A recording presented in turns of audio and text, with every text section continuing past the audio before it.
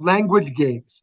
Wittgenstein's most famous work, and his only one published within his lifetime, was his Tractus Logico Philosophicus, or his logical philosophical treatise. For Wittgenstein, philosophical problems are primarily problems of language. We propose ideas and raise questions, but much of what we think to be perplexing about life is a result from failing to use language clearly and precisely. Only through a careful examination of our words and the ideas we think they communicate can we come to a greater understanding about ourselves and the world. Here he found fierce disagreement from his peer Karl Popper, who believed that philosophical problems were real problems to solve, right? Wittgenstein thinks they're language games. Popper thinks we need to work through logic to solve philosophical problems. Big disagreement, a very interesting one, right? Or just think about theodicy for a moment. Oh, we'll get there right now. We can begin to understand how significant this disagreement can be when we consider theodicy, the question of why bad things happen to good people. Is the problem our perceived lack of divine justice, to be resolved through language or to be solved through logic, right? So that's a really interesting tension, and it's worth thinking about that in our own lives when we are trying to solve a problem of how we're thinking about things. Do we need to shift the language we're using for how we're thinking about a predicament in our lives? Or do we need to think about the argumentation or the logic we're using? Is it a cognitive error or a language error? Sometimes those things are very inextricably linked, but sometimes they can be quite distinct. Think about a conflict in your family or in a relationship. Is it a conflict about how we understand the language we're using? Or is it a conflict that has a deeper substance beyond just language choices?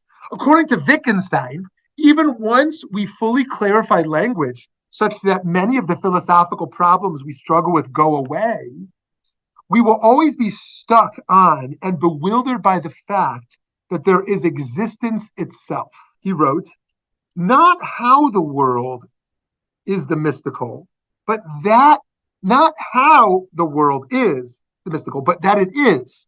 We feel that even if all possible scientific questions be answered, the problems of life have still not been touched at all. Of course, there is then no question left, and just this is the answer. The solution of the problem of life is seen in the vanishing of the problem, right? So even if we had all the answers of science, all the answers of human history, we worked everything out, that things are relatively clear from those vantage points, nonetheless, we will have done nothing to understand the meaning of life. We'll have done nothing to understand why we exist and for what purpose. And so he even does think that even if we did somehow magically get clarity on all language, we understood each other, we understood ourselves in our language choices, we still would have this problem. For Wittgenstein, language rarely reveals our intentions clearly, right? For many, language, you should listen to my words. My words are clear, right? But Wittgenstein thinks language actually fails to actually properly show you my intention, even though I'm making my best language choice. Just as clothes conceal the true body. In fact, many people make clothes choices that reveal the body. You want to kind of highlight parts of your body through clothes choices, but other people make clothes choices that conceal body, right? It's worth thinking about when you buy clothes, what you're trying to highlight or what you're trying to conceal, how you choose what to wear.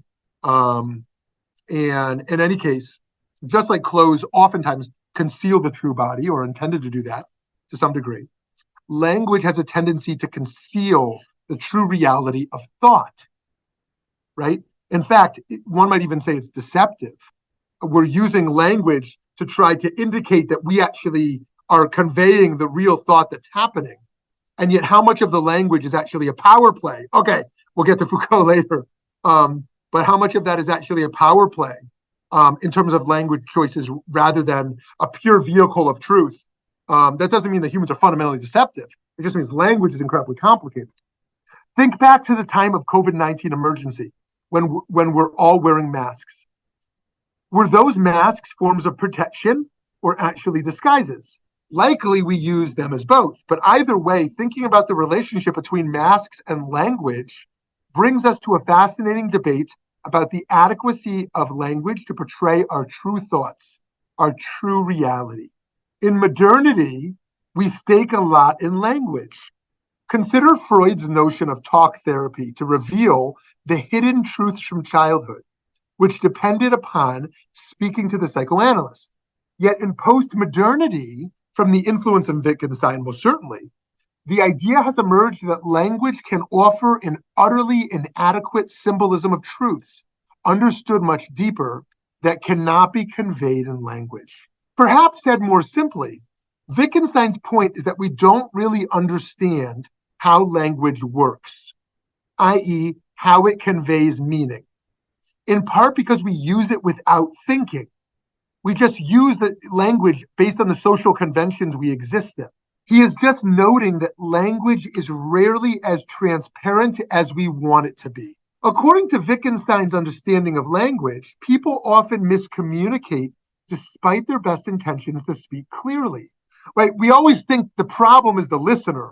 I spoke clearly. Why didn't you hear me? Why didn't you understand me? You say to your child. You say to your spouse. You say to somebody at work. Didn't you hear what I said? Right? The problem is the listener. Right? But Wittgenstein's saying that people miscommunicate despite our intentions to be clear. We just don't really know how to be clear. Language is meant to be referential. The words we speak refer to specific ideas and things. However, it's almost never the case that our words convey meaning as precisely as images, which we understand as referring to something concrete. Unlike pictures, here's what he writes, language disguises the thought, so that from the external form of the clothes, one cannot infer the form of the thought they clothe, because the external form of the clothes is constructed with quite another object than to let the form of the body be recognized. Part of what people talk about with the bias of media is not just what's written in the media, whether you're talking about Fox News or CNN. It's not just what they write, it's the images they choose to show. And it's worth thinking, whenever we're not just digesting news as if it's just truth entering our mind, right? But ask ourselves, like, why is that person speaking about the story and not this person? Why are they showing that image as opposed to a different image, right? Those image choices are always very significant in terms of bias. Why is the person crying in the image? Why is it, this person representing that group rather than that person? For this reason, Wittgenstein believed we must be exceptionally careful with our words, how we use them and when we speak them. In general, human beings tend to take language for granted. However, Wittgenstein makes clear just how central it is to human existence. Language is not only the way we communicate with others, but functions to structure the very contours of our existence. As he famously writes, the limits of my language mean the limits of my world. Now, everybody talks about an early Wittgenstein and a late Wittgenstein. Where he has a massive shift in his thinking about language. So maybe we'll get there. In a sense, Wittgenstein felt it was better to err on the side of silence rather than use words in a confusing manner. He concludes the Tractatus with a statement that Maimonides himself would have agreed with. What we cannot speak about, we must pass over in silence. Wow, would that be a good principle today? How many of us, when something emerges in the news, all of a sudden become PhDs in foreign policy? How many of us, when people disagree about medicine, all of a sudden have doctorates, right? How many of us, everybody's a rabbi, because we're Jews and Jews learn and Jews have the right to represent Judaism on their own. We don't, but it's very easy for us to,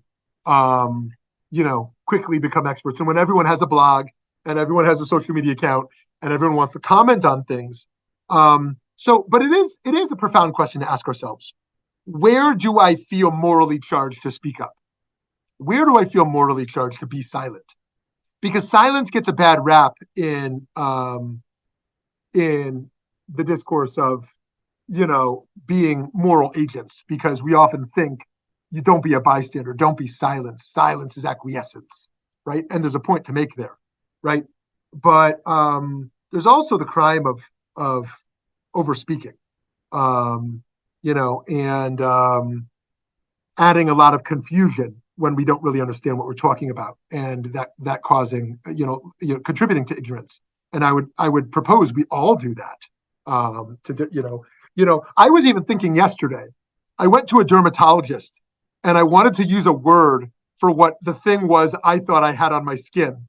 And I said, do I confuse the dermatologist by labeling what I think this is, having no clue what it is? And then they're going to be like, oh, they're going to be misled. I mean, I'm sure they're more equipped than that, right? But should I just say, here's a thing, look at the thing and tell me about it? Or should I say, I got this thing, right? And what can you do about it? So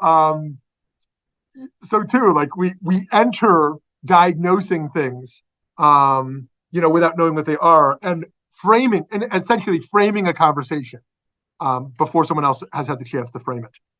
Judaism, of course, has a long history of understanding the power of speech to do good and bad. The Torah makes clear that God uses language to create the world.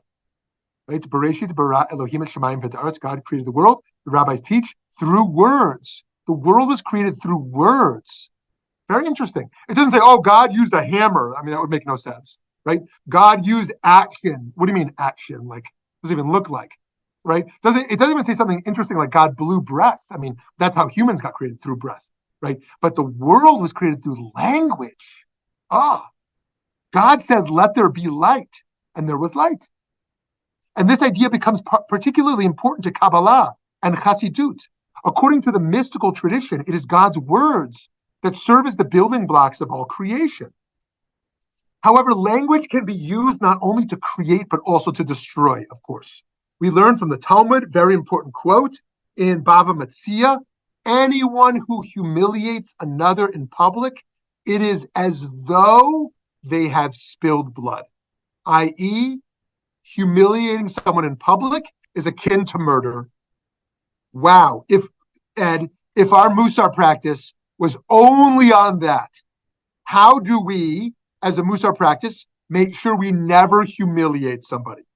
Imagine if that was all we had to do each day, that we never shame someone. My gosh, I can't imagine how much we shame people unintentionally in ways we don't even imagine, sometimes even non-verbally, just how we look at someone. Think about even the sexual gaze, someone who doesn't even know, but they kind of looked up and down somebody in a way that maybe wasn't even intended to be sexual, maybe it was, but that person feels kind of viewed, preyed upon might feel strong, but an act of voyeurism.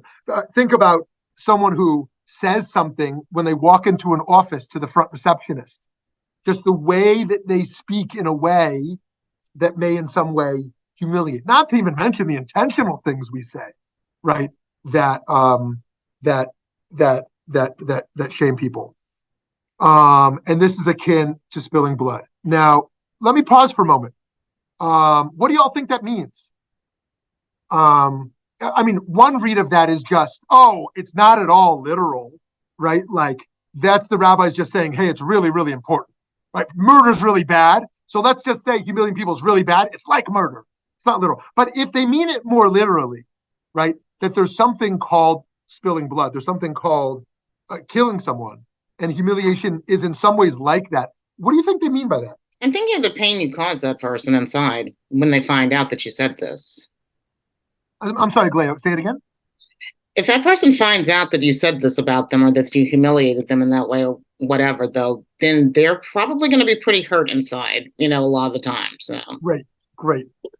So hurt, blood is something we can see. When you spill blood, one of the reasons my kids are so scared of blood is because hurt is so objective. I can't actually enter their minds anymore around this, but I think it's not that they think they're going to die because they see blood. There's something about pain being so concrete. When you feel sad, you can't touch that sadness, really. But the blood, you're like, whoa, that's real. I can see that hurt in a way, right? Well, you get a black and blue, it takes a while to get it, for it to show up, right? But the blood, it's like, whoa, something's going on, right? Okay, good. Yes, Sarah. On the other hand, humiliates is an interesting action verb, and how it's defined by another. I mean, generally, if you have said or done something and I feel humiliated, I'm the one in control of my feelings. The person saying or doing something can't control how I react or respond to those words. Mm-hmm. So for me, humiliating it's like humus. It's something to really dig your roots into and deal with. And taking actions against another human being is one thing, and deliberately working to harm another, I get, but humiliates, I'm having difficulty with. Okay. Maybe it's that language thing again. Yes. No, and this is one of the reasons why Jewish learning needs to be in Hebrew, because I believe, I have to look back at the passage, but I'm pretty sure the passage is actually uses the language panim, face. It might even be boshet panim, but it might, or the whitening of the face. Essentially, it's not the language of humiliation. It's more like you've seen somebody whitened, in a sense. You've seen something that has changed in their face that indicates their shame. But again, shame is a very different word than humiliation. So anyways, thank you. Yeah, thank you for that. That again, says that I can control somebody's reaction. Right. Great. Aglaia, interesting on character assassination. Yes, very big. And then Lauren, thank you for writing that. In Judaism, blood is life. Humiliating someone is diminishing their life. Right. So that's very interesting also. In terms of what blood represents. And then I would also say two other things. On a spiritual level, you might say, well, life is not just being alive. Chayim is something deeper than being alive. Being a part of Chayim, being a part of being high, is participating in an elevated existence, in a sense, right? And when your elevated existence is lowered, you're less alive. You're alive when you're joyful, you're connected, you're animated. And when you are torn down a little bit, you're less alive. But the other one I would say is around suicide, right? That one of the reasons one might commit suicide or be more at risk is based around a sense of shame. And of course, that's different around different cultures in the world. But think about certain shame cultures and honor cultures and suicides that come out of around a lack of honor. So in any case, it might actually be that by shaming someone, you have put them at higher risk, like in mental health, suicidal and the like. Yes, thank you, Sarah. An invitation to act towards others with chesed. So anyway, sorry for that little break in our presentation here, but I felt like it was an important text to jump into. So in any case, we talked about God's capacity for language to create and build, as we do as well, but also the power to destroy through language, and that's one of the rabbi's teachings around there. From here, we come to understand the severity of speaking negatively about others. In the Jewish tradition, one can perhaps find echoes of Wittgenstein's caution about using words inappropriately in the following teaching of Pirkei Avot. Shammai, we don't quote Shammai so much, at least as the authority, but he's over here in Pirkei Avot, even though he loses the Hillel, but I love that we keep the voice of the dissent alive. Shammai used to say, speak little, but do much, and receive all people with a pleasant countenance.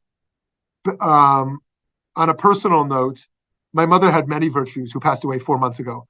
But I think one of her many top virtues was that last bit there, but besaver panim yafot, to greet people warmly.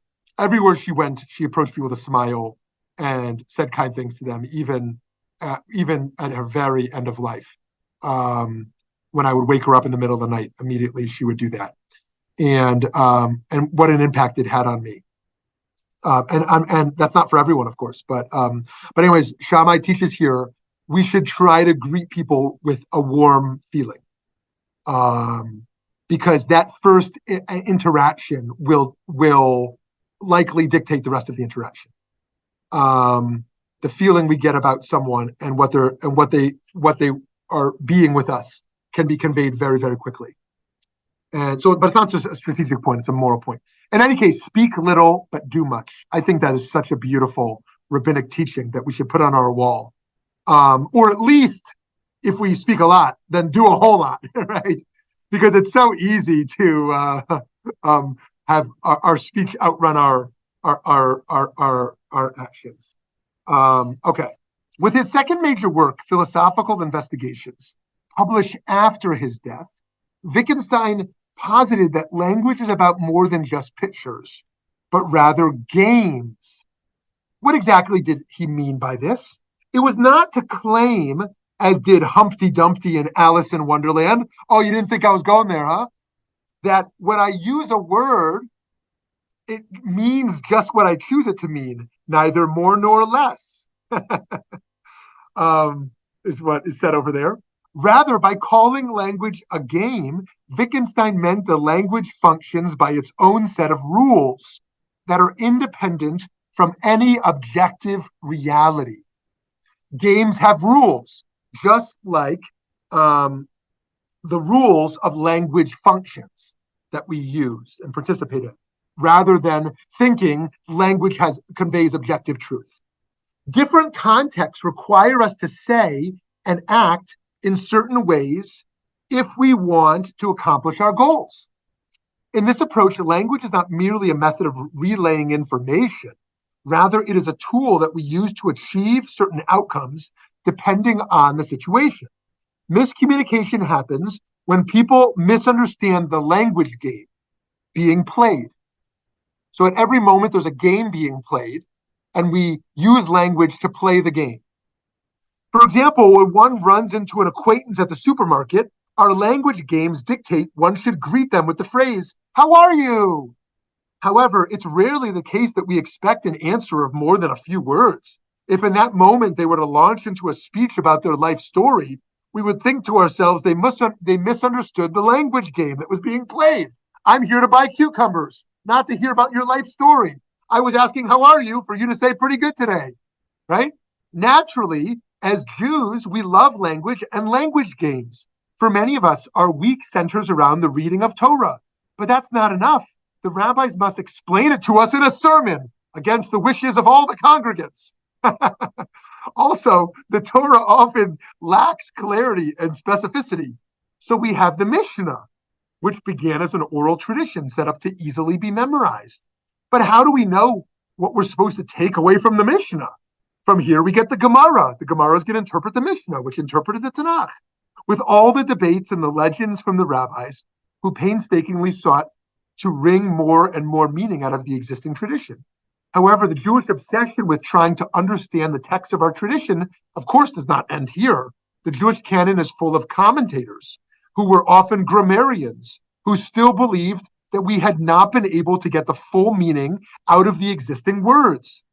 There's new insights into the grammar we need to pull out. So they added more words to the mix, more commentaries. They asked more questions and proposed even more answers and raised new kushiot, new challenges to the text. While for Wittgenstein, language can be understood either through precise analysis or by determining what language game is being played, in the Jewish tradition, we seek to resolve the problem of unclear language by adding layers and layers of more language. By the time we get to the Hasidic tradition, around the end of the 18th century, wordplay itself becomes the way of adding entirely new, simultaneous meanings to the existing meanings of the text. One young neo-Hasidic rabbi, contemporary, has expressed why he loves this method of using existing words to draw out new meanings and new Torah. Here's what he recently said on his podcast. I'm obsessed with wordplay. When I encountered Hasidut, when I encountered Hasidic texts, I found the words are substance. The way that Hasidic approaches the text manifest is that each word, each letter, each phrase is itself substance. It has character. The letter has character to it. And so if there's an aleph showing up here, aleph being the first letter of the Hebrew alphabet, then you have in play all the meanings of aleph. And then next level up, you get certain words that every time those words come up, you can tie them to every other instance that word came up in other texts. You start to be in this mind frame and this heart frame of basically punning.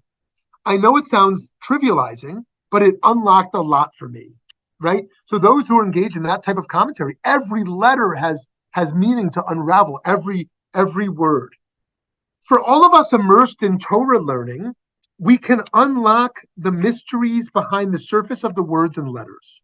What the letters and words literally mean to us is only a tiny fraction of what the words can fully convey to us, right?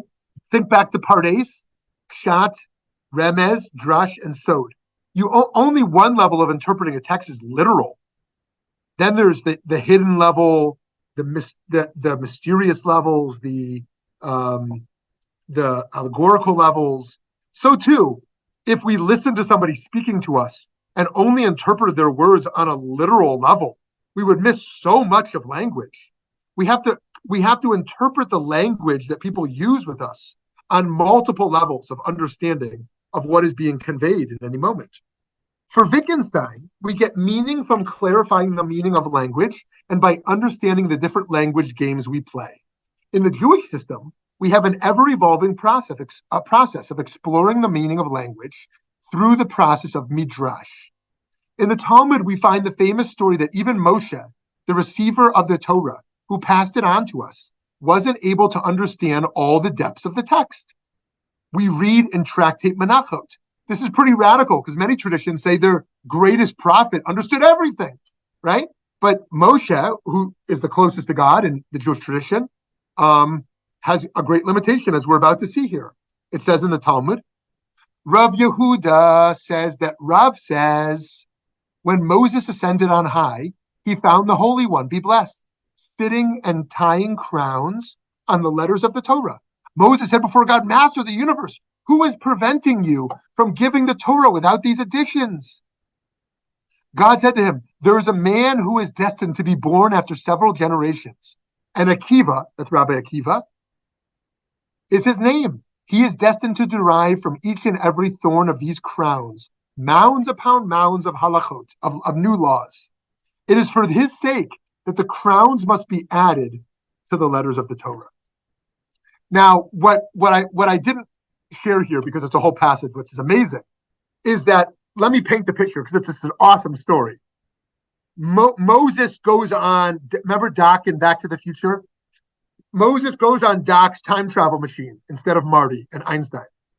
And what a great movie. It's so fun. Moses goes on Doc's time travel machine from roughly 3300, right? 1300 BCE.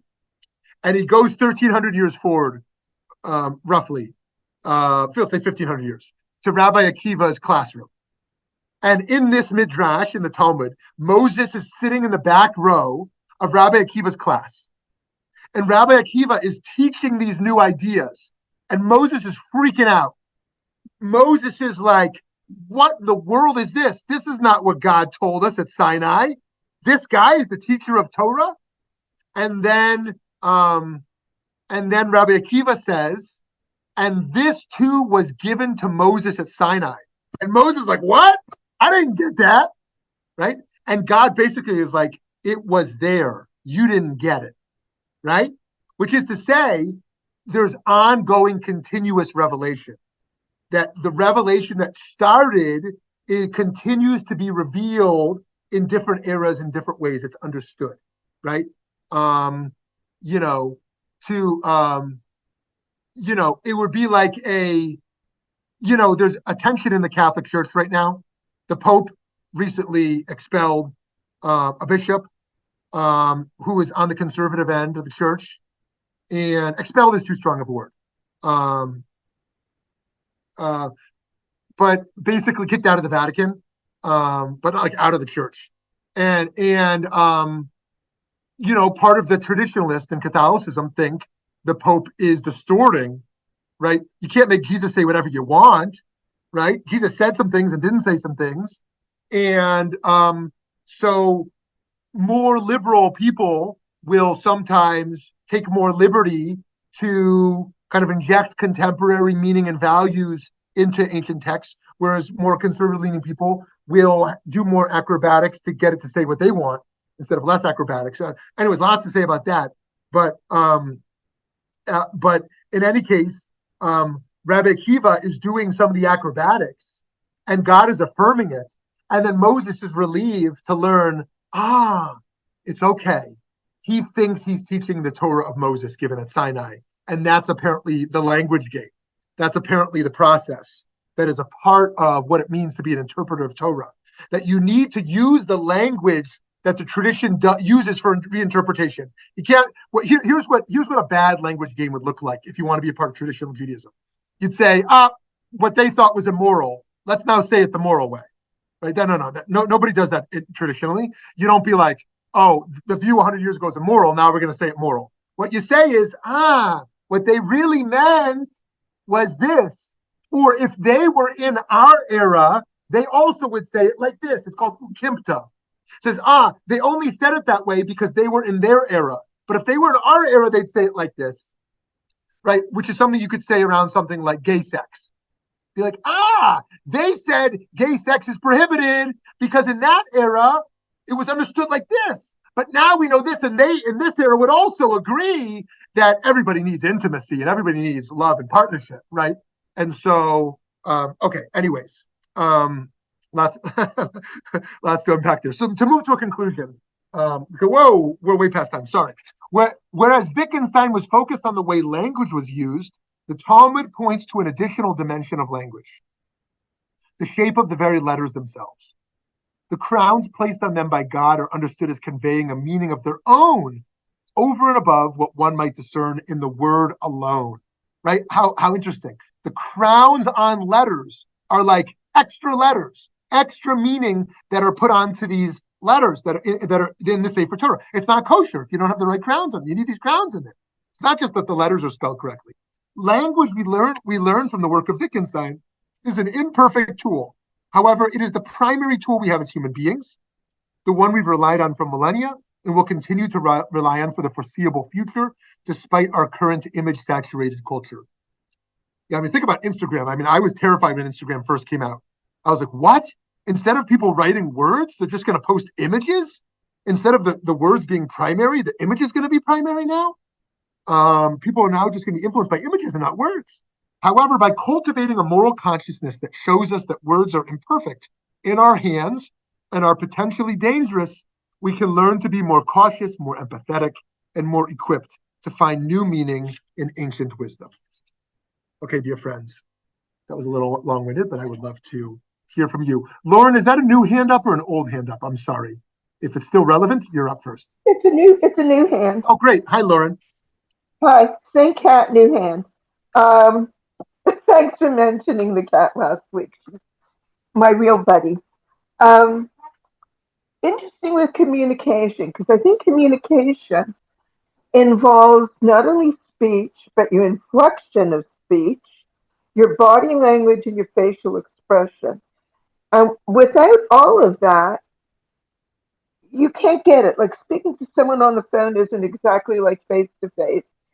And so if someone's intention is to deceive, and they're doing it all completely in a deceptive way, they have communicated what they wanted to, whether it's a lie or not. The other thing I wanted to say is language. Hebrew is direct as direct can be. I think it's very hard to not say what you mean in Hebrew. It's also really hard to be polite. I mean, I would try so hard to go, like, excuse me, sir, may I please have your seat? Like, it would be like, b'fakasha na tate li shevet, and get nowhere. And you got one of those hands in the face. One of those hands in the face, right? Right. And Israelis would just go, Zeus. So Yeah, it's also in the language as well as the body language. Awesome, great, right. And so many things that we think someone has done or said that is rude that they can't even imagine as rude. Rude? What do you mean? I'm just and then once you add on the new zeitgeist stuff like be authentic, be your real self, like I'm just being me. And so, but if we want to be um morally responsible, we care not only about conveying what we want to convey, but making sure it's received in the way we want it to be received, right? Yes, we think we're just speaking truth, but we really hurt someone in thinking that we've just spoken truth. And as Lauren, you said so well, there's so many different cultures. And one of the things that, boy, do we not only have to teach our children, but ourselves, is what communication channels to choose based on what we're trying to convey. To have the emotional intelligence to know the communication. When do I text somebody? When do I use a voice memo? When do I call them? When do I need a FaceTime or a Zoom? When do I need to meet them in person? Right? Some types of, if you're dating someone, some types of breakups, it might work by text. You only saw each other twice. But if you're in a 2-year relationship with someone and you break up by text, right? Okay, it's okay. Now, so these are complicated issues, but it's worth thinking about what channels of communication we use to convey what we want to convey. Exactly what you're saying, Lauren, based upon how many aspects of ourselves are involved in communicating. So yeah, awesome. Okay, Aglaia, hi. Okay, so pretty much after I tell you this story, everyone in here is going to be convinced that I'm the biggest Machiavellian on the planet. But you know what? Whatever. It's just language anyway, though. And Machiavellianism is just a word. So, well, I'll treat you to something that I've done to my students many times, okay? So part of the problem with being a historian is the fact that, well, in my primary sources, what were people allowed to communicate? If you actually said what you meant about the king, you were going to get killed, definitely. Or if you said what you meant about anything. So I'm actually spending all day long reading sources. My job revolves around people who are lying to me all of the time. So this is actually, bled into my life, like your career starts to take over your life. So then I just look at the students, I say, do you know how many people I've caught lying to me over the years? And then they start saying, uh-oh. And I said, yeah, because one word can get you completely busted. And I have busted people using one word before just because, well, historian skills, you start to wonder. So why exactly did you say that? And you realize that you've seen that word before and everything. Now, that's one of the reasons why I can't stand for people to lie to me. That is like, do not do this. Now, if I catch you lying and I call you on it, though, and you own up to it right there, then it's like, okay, fine, we're fine. People do dumb stuff all the time. But if you lie to me again, trying to cover it up, well, then we're going to have a problem. And I might not let you know that I know that you're lying to me. And so they're all like, well, then they start thinking about, uh-oh. And I said, then I just say, okay, would anyone like to be a historian now and have that, like little issue of like not being able to trust people for the rest of your life because people lie all of the time. And so then they get into this, maybe not. Maybe not. Not that they were interested in being historians anyway, but it actually is true, though. Yeah, and unfortunately, though, it has gotten me out of dangerous situations before in which, just a word that someone said actually triggered something. And then I started knowing, okay, this person has negative intentions. Be very, very careful here. Now, where's Toby when you need her, though? Thinking about this, from a completely different perspective, though, going legal aspect, though, because that's the other half of the problem, though. If you think about this, how many cases the Supreme Court of the United States has completely screwed up because they stuck to the letter of the law on the Constitution. And then you get to a case like Brown versus Board of Education when they had to start saying, okay, wait a minute. Now we have to interpret this a little bit differently.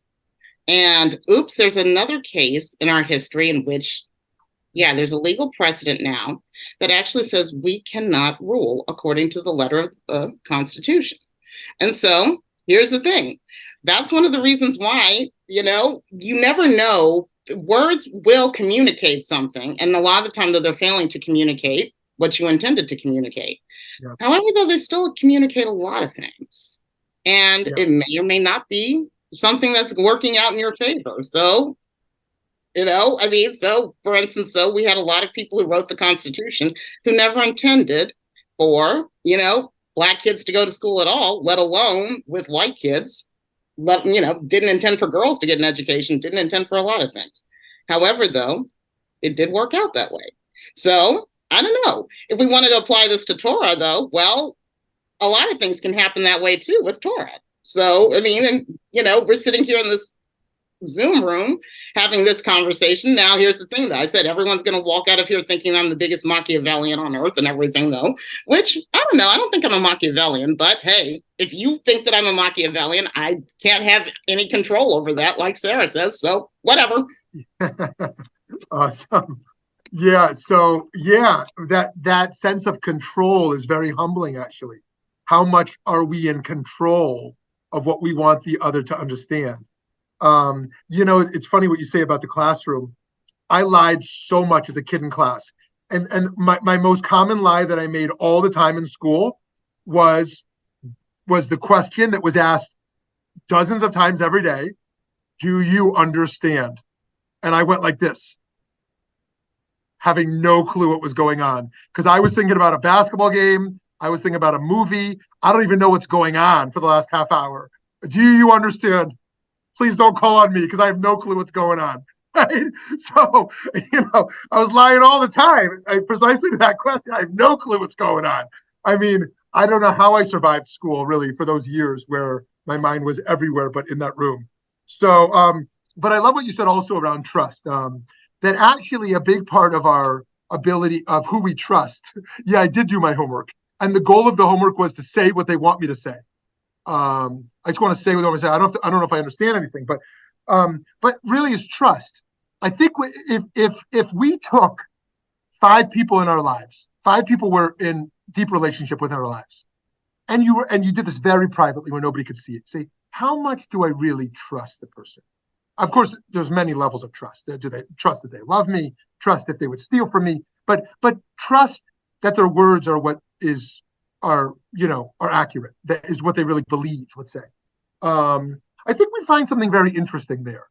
And even people that we love or care about or in close relationship with, that we might find that we actually don't totally trust them, precisely based on how they use language. Right? I'll be back in 5 minutes. Some people say drives them crazy because everyone knows it's going to be half hour, right? Or they exaggerate, or they're totally loose. They with what they're describing in a way that we don't really trust that that's really how it went down, right? And I think if we ask ourselves about our relationships, do we really trust people? I know a bunch of people I'm in close relationship with that I trust almost nothing they say. I'm not calling them a liar. I just know that their commitment to the precision of language and to being reflective about their language choices is very low. Rather, they think of language as survival. I use language to kind of get by, to kind of get what I want, to kind of make sure you get what, it's a game. I mean, let's bracket the game. Somebody just had a hand go up. Sarah, I think that was you. You want to jump in, Sarah? Yeah, I was about to put it in the chat, but isn't it our individual responsibility to check out what we think we've heard, what we believe we've understood? And if we don't do that, then that's on us. It's not on the other person. Great. Yes. Okay, that's great, Sarah. So it's an extra reminder for us to say, here's what I'm hearing, right? I just want to check with you if this is right. Yeah, I mean, I try to do that all the time. Like, no, it's not what I meant at all. You know what I mean? Or they double down. Yeah, I didn't just mean that. I even meant this. Right. Okay. Hi, Gary. Yeah, I think you're going to jump in, Gary. Yeah. Hi, good morning. I just want to kind of go back and forth here because it seems like everybody that or most everything that we studied here throughout the year comes down to truth to me. I mean, everybody, what is the truth? And